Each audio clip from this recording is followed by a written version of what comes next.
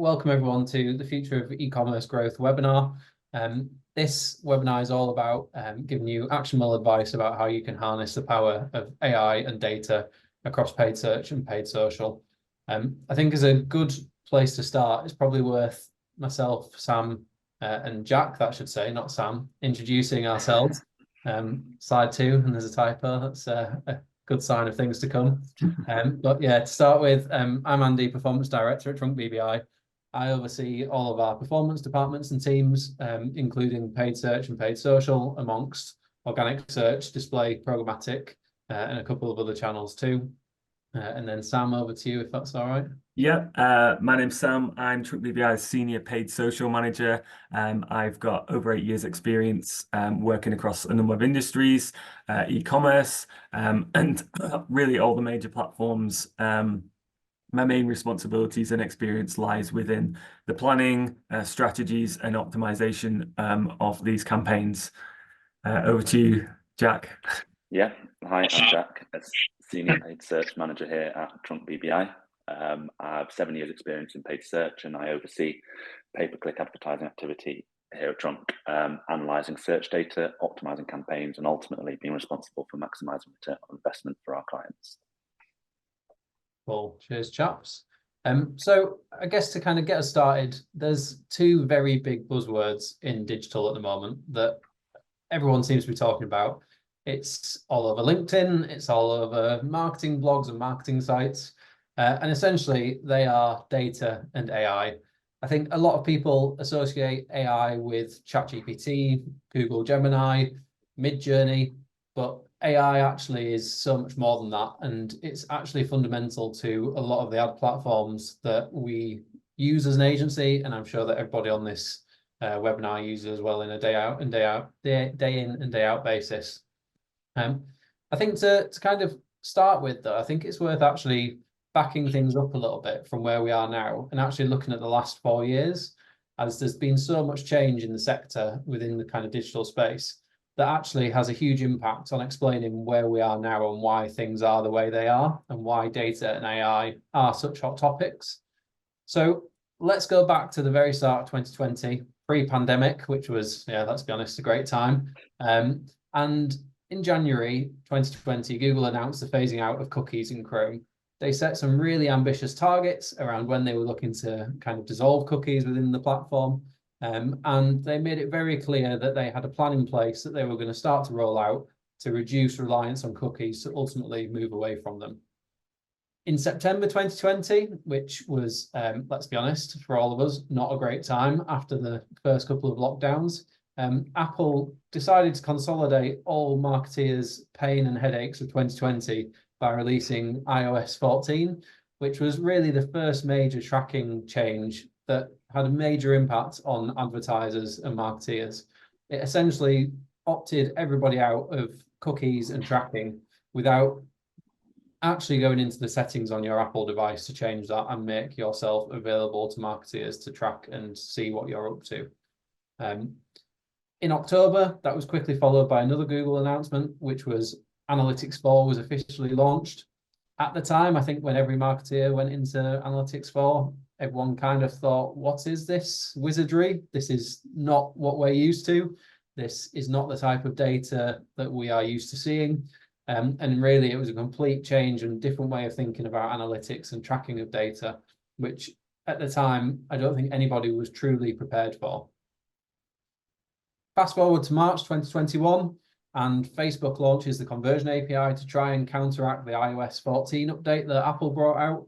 A server-based solution that enables Meta and Facebook to see what users are doing on your site to get around those tracking challenges across Apple devices and future-proofing that platform for further changes to do with cookies and tracking issues that were about to arise over the next couple of years. And then in June 2021, Google actually realized that their timeline for removing cookies from Chrome and from their infrastructure actually wasn't really achievable, and that marketeers and advertisers were not really ready for it. So they put a 2-year delay on that rollout and essentially backdated it to kind of 2023 and 2024, which is obviously where we are now.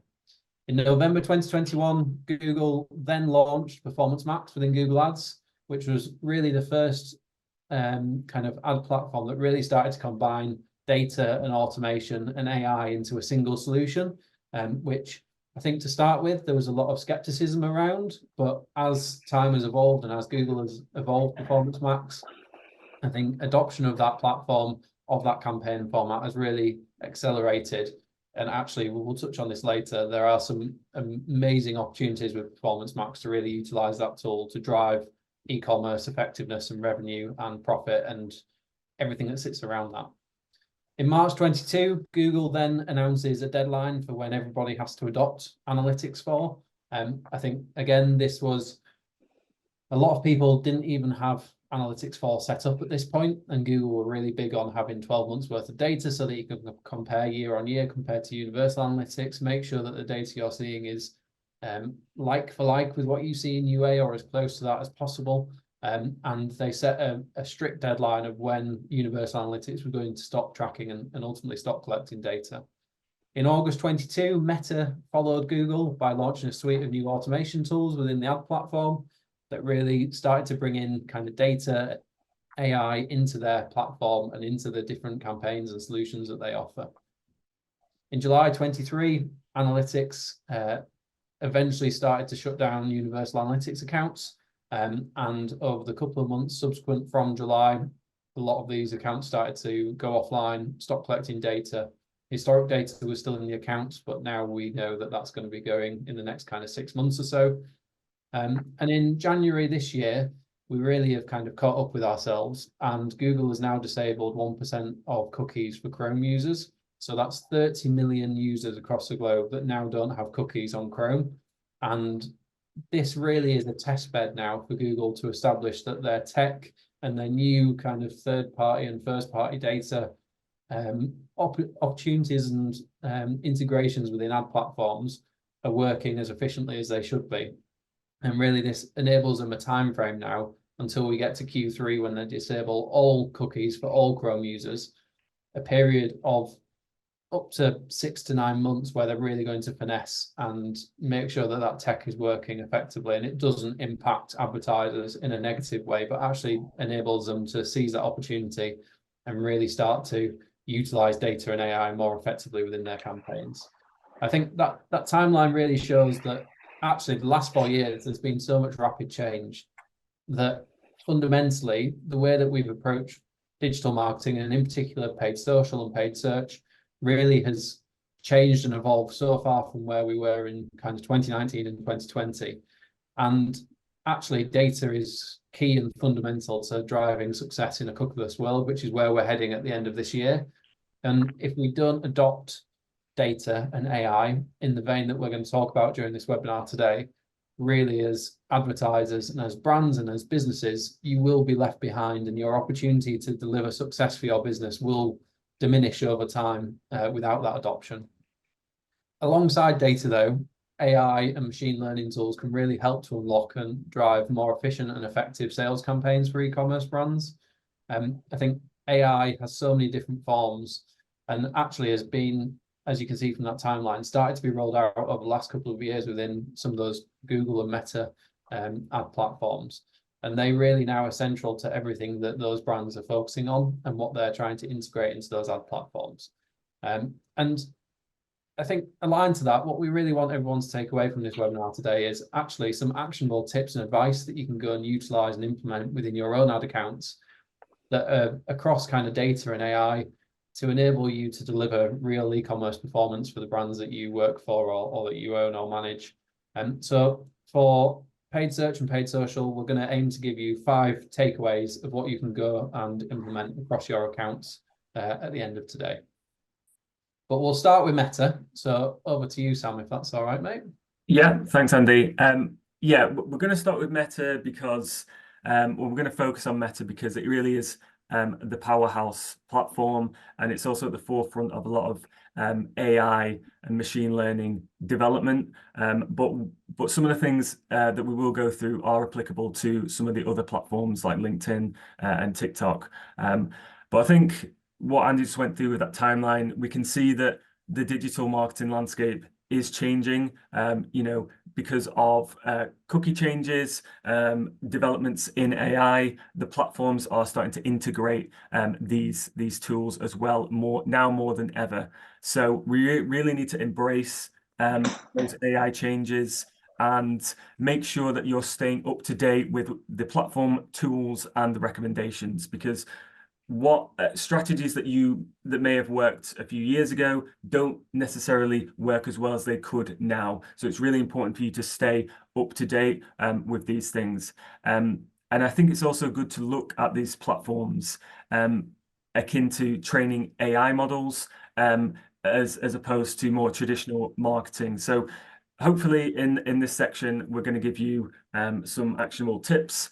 But again, as Andy said, these platforms have become more machine learning and AI focused, and very much it is the data that is going to drive that.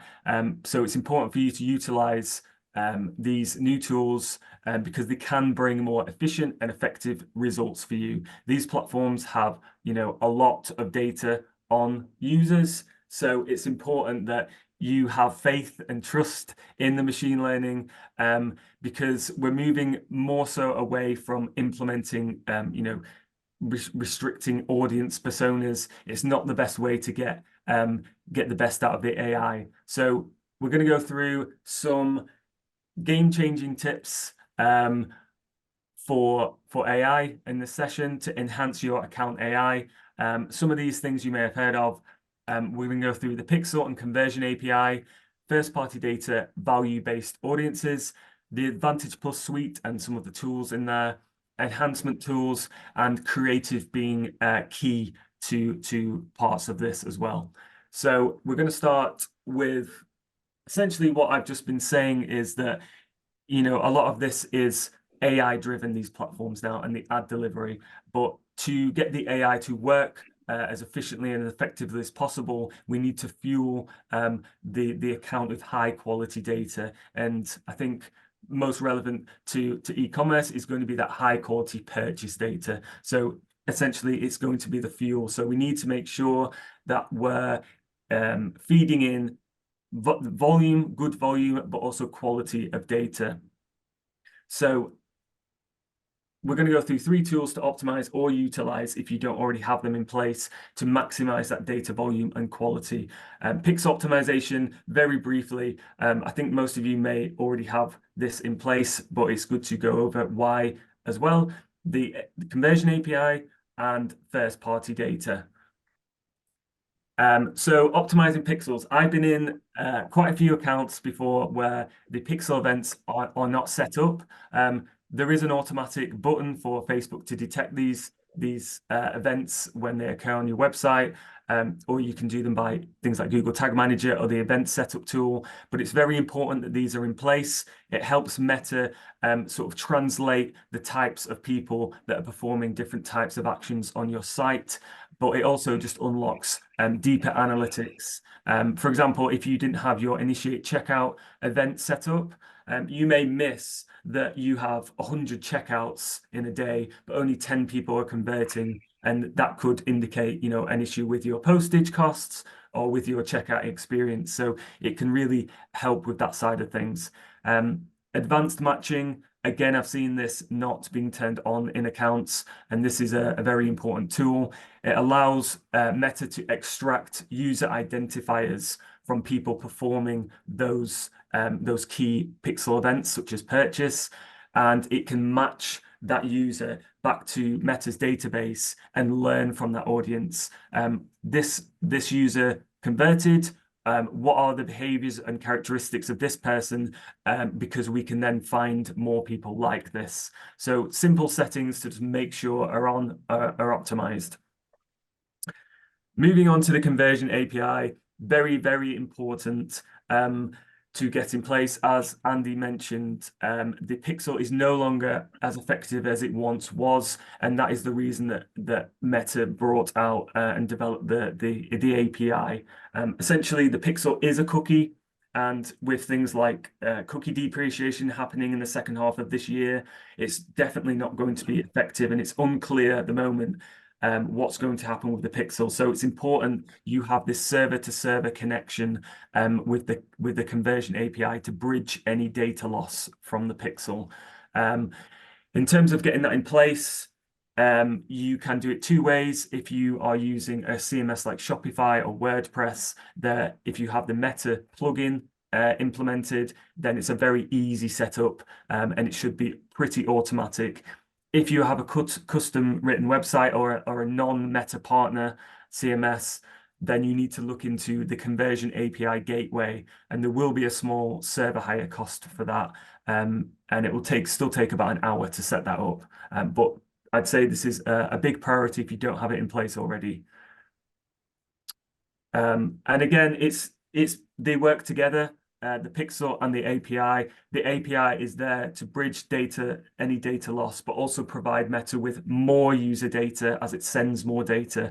But we need both of these in place definitely before the second half of this year. So the API, what the API does more than the pixel, the API sends more customer data compared to it.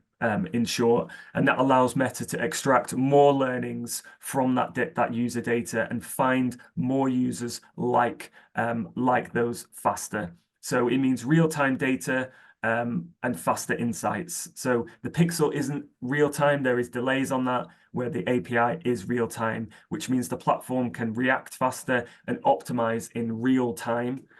So that's going to result in better matching. You're going to find users more efficiently with less spend who are more likely to convert because the algorithm and the machine learning has more data faster, and it's going to generate faster insights.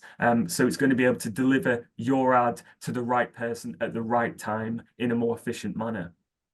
On the right-hand side, you can see once you have the API in place, you will get an event match quality score under each pixel event. What will be most relevant to most of you, I think, would be that purchase event being as high as possible. And this is also where Meta can extract most of that user data. You can see in this example, this is sending 100% of the data each time this event is going through. So that's perfect. And you can see it's happening in real time. And the result of this, you can see in the bottom right there, in this example, was 20% more conversions being reported in the account versus if it was just the pixel alone. So you can really see the bridging of data loss that the conversion API really does. So moving on to first-party data, this is going to be really important for you to utilize. Some of you may already be utilizing this, but we're going to go through why it's important. So I'm sure you all have extensive historical sales data and a lot of user data, and if you upload this to Meta, you're giving the machine learning a head start in the types of people that you want to get your ad in front of. You're essentially building an audience, custom audience or lookalike audience on a foundation of your buyers from your data. And below here is an example of the template that Meta provides that you need to fill in as much of that data as possible. Not all those fields are mandatory, but the more that are filled in, the better the match rate. And I'd say what's very important about this, if you can include this, is that value column on the right-hand side. And this is going to break down each individual customer's LTV. And that's important. And I'm going to go on the next slide as to why including that is going to add an extra layer to that audience. So if we create value-based audiences, Meta is going to focus on those high-spending customers. It's going to recognize that this type of user has spent more on your store, so they're more likely to bring a long-term ROI. So Meta's machine learning and prediction models are going to deliver to users who have a higher propensity to convert and maximize those LTV returns for you. So it's really adding another layer to that audience. And we do have an example of this in use on the next slide for Collection Cosmetics. So this was a campaign that wasn't for conversions because it was going off domain, and we couldn't optimize for landing page views either. But here we're going to showcase the effectiveness of one of those LTV audiences versus just a normal interest audience. So you can see initially we had a 42 pence cost per click and a 0.71% click-through rate. When we implemented the extensive sales first-party data from collection and created a lookalike audience from this, I think it was about 5 years worth of sales. You can see we had a 69% reduction in CPC and a significant increase in click-through rate. And that's because Facebook is now being able to identify more characteristics of the users we want to get in front of, because we've set a foundation of actual buyers. And so it's a significant increase. And then we took it one step further. So on the next slide, you may have seen this in some of your accounts. It's probably by default now. Over the past 6 months, Meta wants us to use Advantage Plus audiences. And this audience evolves and learns from previous conversions, picks on API data and interactions with previous ads. Essentially, it's taking your custom audiences or your targeting, and it's allowing Meta to use its AI and become even broader and adding flexibility. So I would recommend testing this. We tested it in this same example. And when we added the Advantage Plus audience to that same middle campaign there, we saw a further reduction in CPC and another significant increase in click-through rates. So if you compare that original just interest only campaign to a first-party data value-based Advantage Plus audience, we see a 79% reduction in CPC and 460% increase in click-through rate on the same spend if you compare that top and bottom campaign.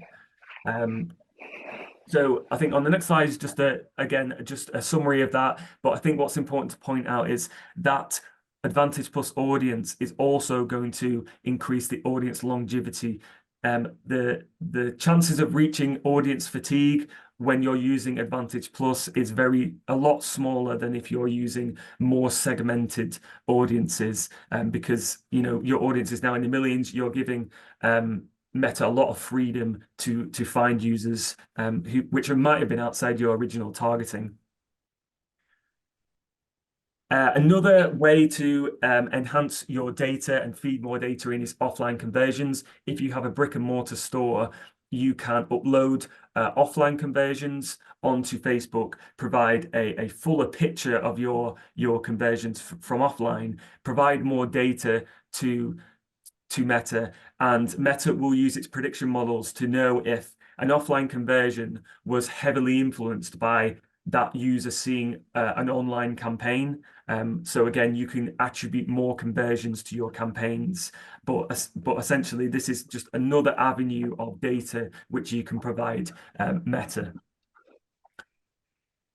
Advantage Plus shopping and the Advantage Plus suite. I'm going to go through now some of the tools and campaign types here. You, again, have probably been recommended this when you've set up a new campaign. Meta wants you to try these things.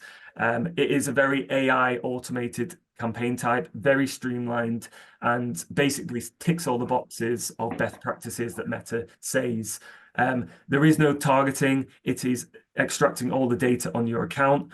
And it's definitely good to test. I'd say the one caveat is you need to make sure you have substantial conversion data on your account. If you had a new ad account, wouldn't really recommend running this from the off. So we've got some examples, some very small examples here of tests that we did. So we had a non-Advantage Plus campaign for this client who had a range of different low and high ticket items. It was B2B. And still a positive ROAS, but then we pitted it against an Advantage Plus shopping campaign, giving more freedom with the audiences, and you can see we halved that cost per result, increased the ROAS, and increased the volume of purchases just by doing this test. I think, again, just another summary, and again, pointing out that this is an audience which is probably not going to run into fatigue anytime soon. So I'd recommend testing Advantage Plus shopping for your campaigns. There is also Advantage Plus app and Advantage Plus leads. It's the same thing, utilizing that AI and the data on the account. We had a client who wants to drive app installs at obviously a low cost. We had a non-A+ campaign here with tighter audience segmentation aligned with the client's preferred persona information. We tested the Advantage Plus app campaign, and you can see a significant improvement in cost per app install and app installs for the same cost again. So again, the main message here is to, when Meta introduces these types of new campaigns, is to test them, because if you have your data optimized and you're feeding that high quality data, you can see more efficient and effective results. And again, just a little overview of those results, and again, the audience longevity. Going over the AI delivery system, again, these are defaultly set a lot of the time. Well, the Advantage Plus placements is, and I would recommend keeping this on for sure, by restricting where you're delivering your ads. You're restricting potential conversions. Meta has so much data on users, when they convert, where they convert, how they convert, and so on, more so than us.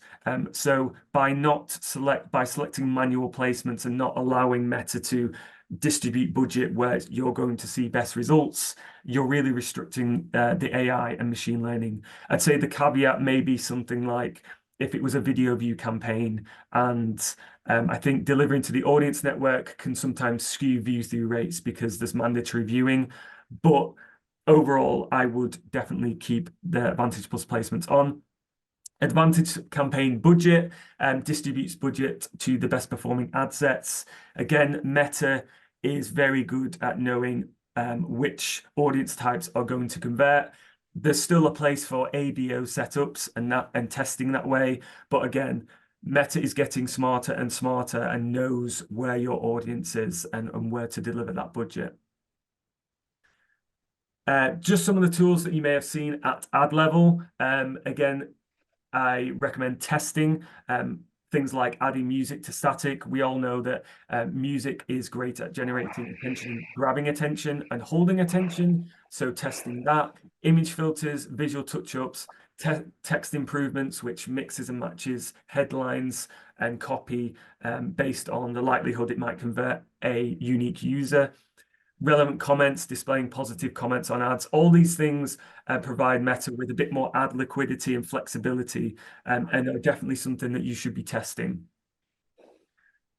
We also see some more of these enhancement tools. Info labels can be good to test. They can provide prompts that, you have a big return window, or that 30 of your friends follow this brand, and so on. And they can give social prompts and help with social proof and trust. Adding your catalog, if it's connected via your commerce manager, to the ads can help, attract users with the ad content, and then display clickable catalog ads at the bottom, like in that example. Dynamic copy, again, just adds an element of dynamicness to what that specific user receives in terms of headline, post copy, and so on. And then multi-advertiser ads, I'd recommend keeping this on because it's going to deliver your ads to users who are more likely in the shopping mindset. We're also seeing these tools roll out quite often. So some you might see in some of your accounts, where some might not have them yet. But this is one that I've seen recently in one of our e-commerce clients. Is if you're running catalog ads, a lot of the time all the time they extract the imagery from your website, and sometimes this can just be a PNG, and it can look quite boring. So the generative background is adding more depth, more interest, and be more eye-catching for those catalog ads. So again, something to test. Final few slides from me. This was a slide from Meta's Performance Marketing Summit last year from the Meta Director of Auction Science. And he was essentially saying that creative is the new targeting, because we're now focusing on those broader audiences. and allowing the machine learning to sort of take control. It really is your ad content and your ad messaging being able to resonate with your target audience. It's going to tell Meta, okay, these people are engaging with this ad, they're converting from this ad, these are the people that we need to deliver more to. So it's essentially your creative that is forming those audience pools more so now than the traditional way of targeting from a few years ago, where it'd be very interest or demographic led. It's now your creative that is really the driver of a lot of performance. And then just key takeaways. So optimize your pixel and implement the conversion API as a priority if you haven't already. Utilize and test value-based first-party data audiences. Use your sales data. Fuel the ad account with as much conversion data as possible, both online and offline. Test the Advantage Plus formats and tools, and make sure your creative messaging and content reflects the audience that you want to target to make sure that that targeting is being helped further by that creative. So if you can enrich your data feed into the account, you're going to improve and train the AI to deliver better and hopefully produce stronger results. So yeah, I think that's it from me. So I think it's over to you, Jack. Yeah, Brilliant. cheers. Thanks, Sam. I guess just before you crack on, Jack, if anyone has any questions, if you could drop them into the chat function on Zoom, we can cover them off hopefully in 10-15 minutes that we'll have at the end, and we can hopefully answer any questions that anybody has about what Sam or Jack has chatted through. Sorry, Jack, back to you. Perfect. No worries. So I'll start with a quote from Google CEO Sundar Pichai that states, "I've always thought of AI as the most profound technology humanity is working on, more profound than fire or electricity or anything we've done in the past," which I think very much highlights just how impactful Google are anticipating AI technologies to be. So Google has been through massive change over the years. We've seen it transition from a very manual platform in which keywords, ad copy, bids, etc. required a lot of human input, to a platform whereby machine learning and automation work in tandem with human input and leverage millions of data points to help drive maximum performance from marketing campaigns. We're now seeing the next change as Google adopts AI solutions across all of its ad platform. These AI solutions can supercharge Google Ads campaigns, but only if they're implemented correctly and supplied with rich data insight. And that's what I'm going to be taking you through today. So we start with the bread and butter of Google search campaigns, which is keywords and match types. There are 3 keyword match types: exact match, where the search term will have the same meaning or intent as the keyword; phrase match, where the search term will include the meaning of the keyword; and then broad match, where the search term will be related to the meaning of the keyword. Broad match is the match type where Google are investing most heavily at the moment. Recent improvements in the underlying technology of AI, such as large language models, have enabled a deeper understanding of language. These improvements have supercharged broad match to allow it to understand intent and make it one of the most effective solutions for search marketing. So an example of these advancements is in the ordering of words within a search term. For example, previously, a search term such as flights from London to Paris would require phrase or exact match to kind of understand that order of the search term. This is no longer the case, with broad match now being able to understand the intent behind different wording orders. And then following on from keywords and match types, I'm going to take a look into ad copy. So paid search ad copy is all about relevancy. You want to show the ad copy that is most relevant to the user and their search term, so that they see what they're looking for and that they'll choose to click your ad. Google now uses AI to assist in ensuring that the ad the user sees is made up of the most relevant assets dependent on the user. Expanded text ads, which were made up of 3 headlines and 2 descriptions, were retired in 2022 in favor of responsive search ads. And this now means that any search ad created should contain up to 15 headlines and 4 descriptions. Using AI and machine learning, Google is then able to show specific combinations of these assets to each user based on their behavior and intent.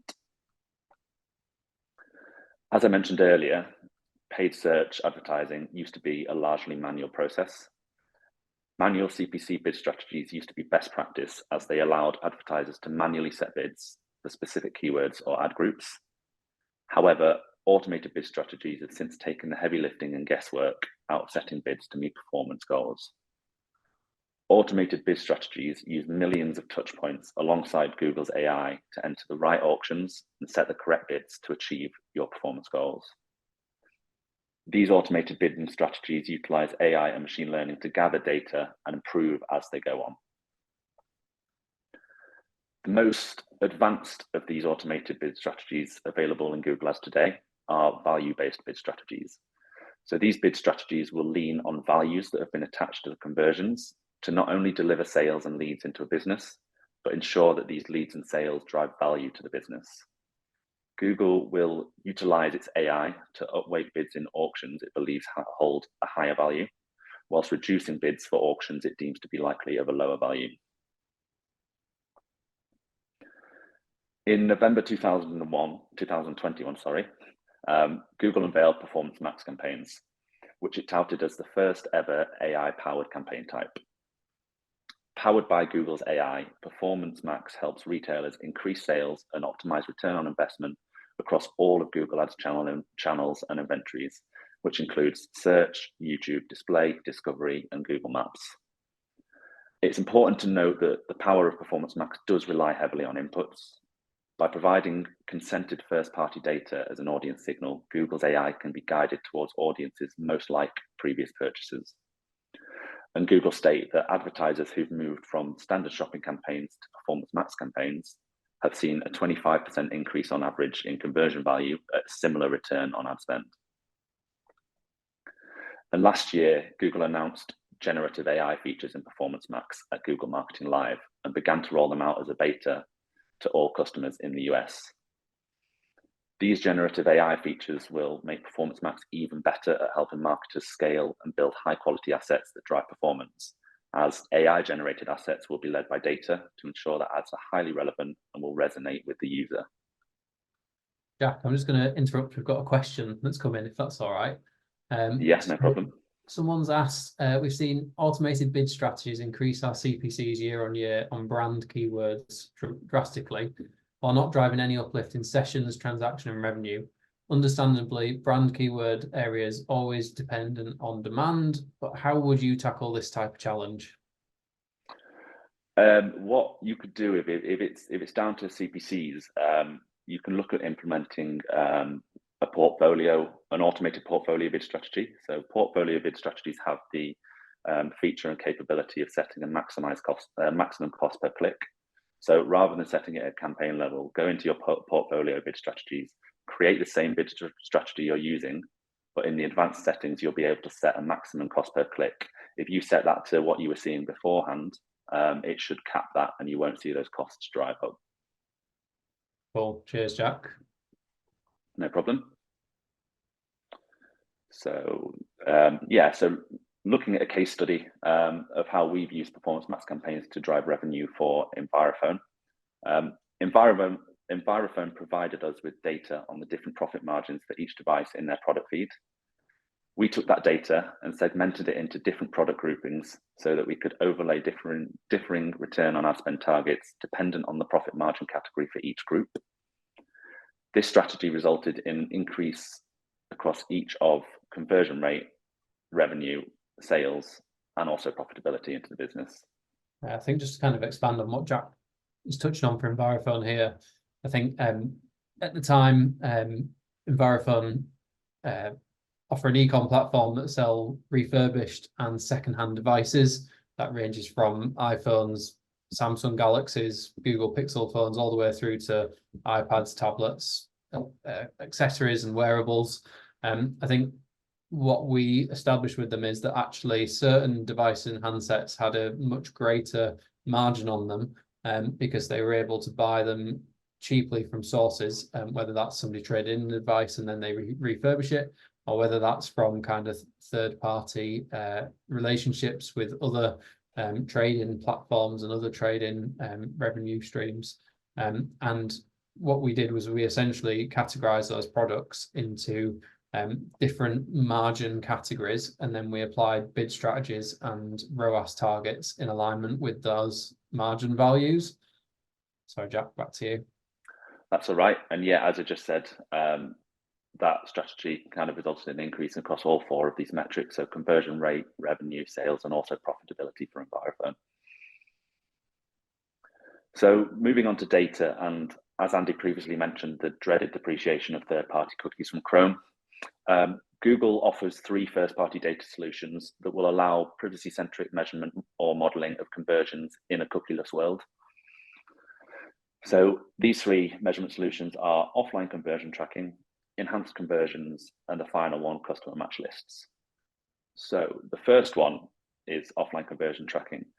Google's AI is only as powerful as the data that is provided with. And one way that we can provide Google with rich data insights is by utilizing offline conversion tracking. Offline conversion tracking is a process of tracking lead or conversion statuses within a CRM and then feeding those statuses back into Google as data. Google's AI can then use that uploaded data to target a higher quality of lead, and that higher quality of lead is more likely to convert into a sale. Next, we have enhanced conversions. So enhanced conversions is Google's answer to conversion modeling once third-party cookies are completely depreciated in Q3 of this year. As a user clicks on an ad and then completes a conversion on your website, the conversion event data along with the hashed first-party data is sent back into Google Ads. Here it gets matched back to the click on the ad. And then with this information, Google's able to provide more accurate conversion tracking and attribution across devices, delivering insights into the customer journey and helping you optimize your campaign based on really accurate data. And then finally, the third first-party data solution, and probably the most powerful, is customer match lists.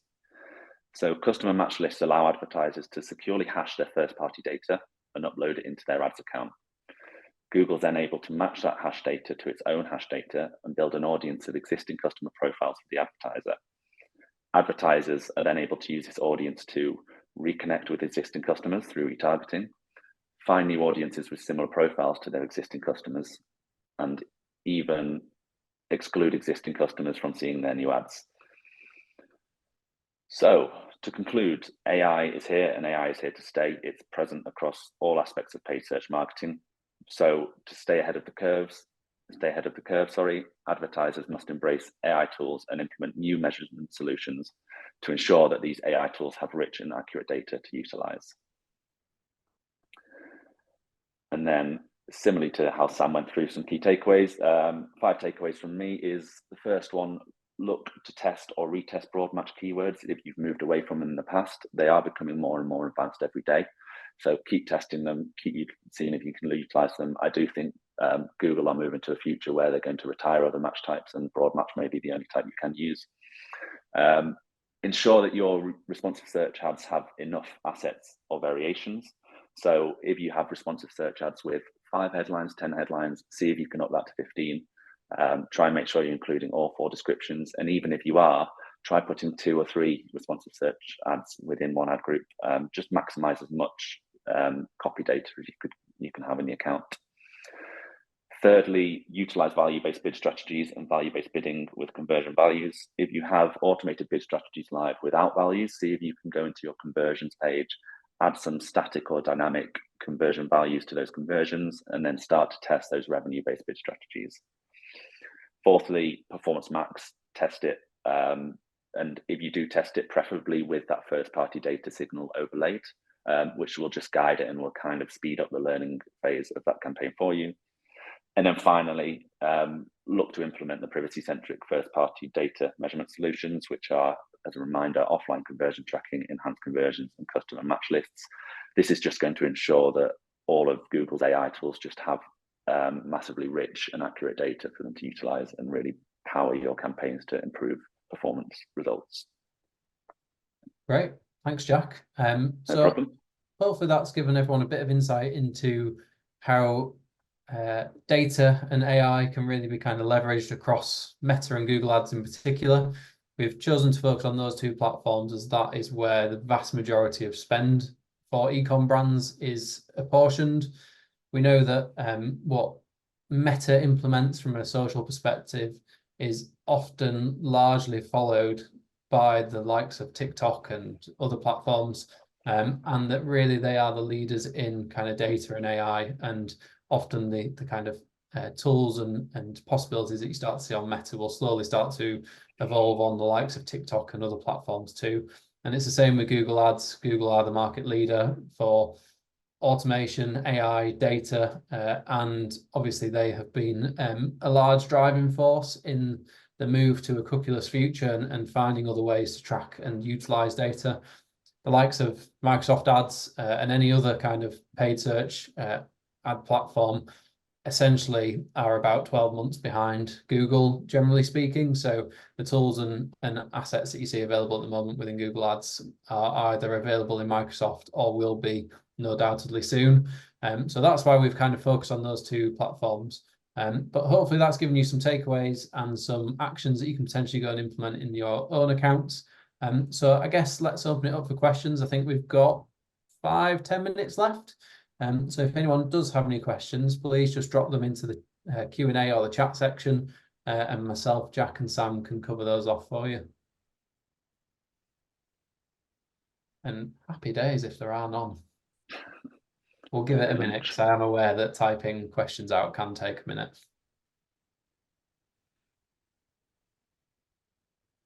I guess in the meantime, while we wait to see if there's any questions, Jack, if you had to pick one of the 5 kind of takeaways to really focus in on as a ecom brand, which one would you pick and why? I think it would have to be Performance Max. I think a lot of advertisers see massive results through Performance Max. It's still an evolving campaign type. It's been out for 3 years. There's a lot of changes. Google are allowing advertisers also a bit more insight into Performance Max. When it first came out, it was very much a black box. It would work, but you wouldn't see why. They are slowly releasing different features which will give you insight into which audiences are performing well as well. So you can take those insights and apply them to maybe your Meta campaigns or your search campaigns. So it gives you insight as well as driving performance. Great, thanks, Jack. And same question to you, Sam. Well, I think if you've not got the conversions API in place at the moment, it's a crime. So I would focus on that. But if you do, I think the value-based audiences, I think some of the examples that we showed the value that it can bring, how it can enhance these new formats that are coming out. But I think it's also important to understand that Meta and targeting have changed a lot in the past few years, and having what I see as a bit more of an old school approach with very segmented targeting parameters in there and not going outside of them because you think that that's not going to be your demographic, or maybe you don't want to add the Facebook placement because you think your demographic's not on there. I think you need to test and sort of change that attitude, because you'll be surprised with the results, and you'll be surprised at how good Meta is at knowing where your audience is and where they're going to convert. I think a really good example of that, Sam, was Collection, wasn't it? Where for the last 12 months, they did not want to advertise on Facebook. It was all about Instagram and TikTok, Snapchat a little bit as well. They were the 3 platforms where they felt that their kind of slightly younger audience were kind of engaging with content and were most likely to engage with their content and ultimately click through to Amazon or to Boots or to Superdrug to go and purchase a product. I think when we finally convinced them to enable us to kind of enable Meta to have free reign at where it decides to place its ads, it actually spent a fairly high proportion of the budget on Facebook, and it actually delivered better results than what they saw on Instagram, which was a complete kind of head turn for them as a brand. And I think it shows the power of that ability that Meta has to identify the right user at the right time on the right platform to drive that end conversion as to whatever you set for that end conversion. So yeah, really, really interesting stuff. Thanks, Sam. There haven't been any questions, which hopefully means that this was really comprehensive and we ticked every box. But if anyone does have any questions after this, feel free to fire them over via email. Let me try and click on from this slide if my Mac will let me. My email address is in the bottom, andy.warner@trunkbbi.com. Feel free to fire any questions that anybody has after this across via email. And yes, thank you very much, everyone, for attending, and hopefully that was insightful. Great. Brilliant. Thanks, everyone. Thanks, everyone. Cheers, everyone. Cheers. Bye. Bye. Bye.